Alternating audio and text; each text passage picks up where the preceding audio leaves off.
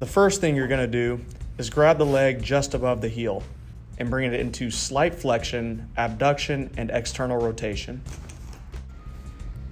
Make sure the patient isn't supporting their own leg at all and allows the full weight of their leg to rest in your hand.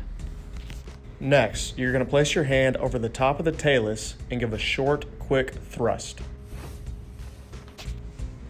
Make sure the joint is at end play before the thrust is applied.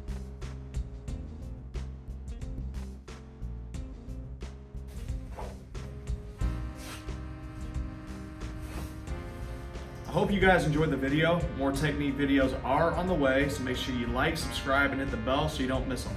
This is Dr. Hansen saying I love you guys and stay healthy.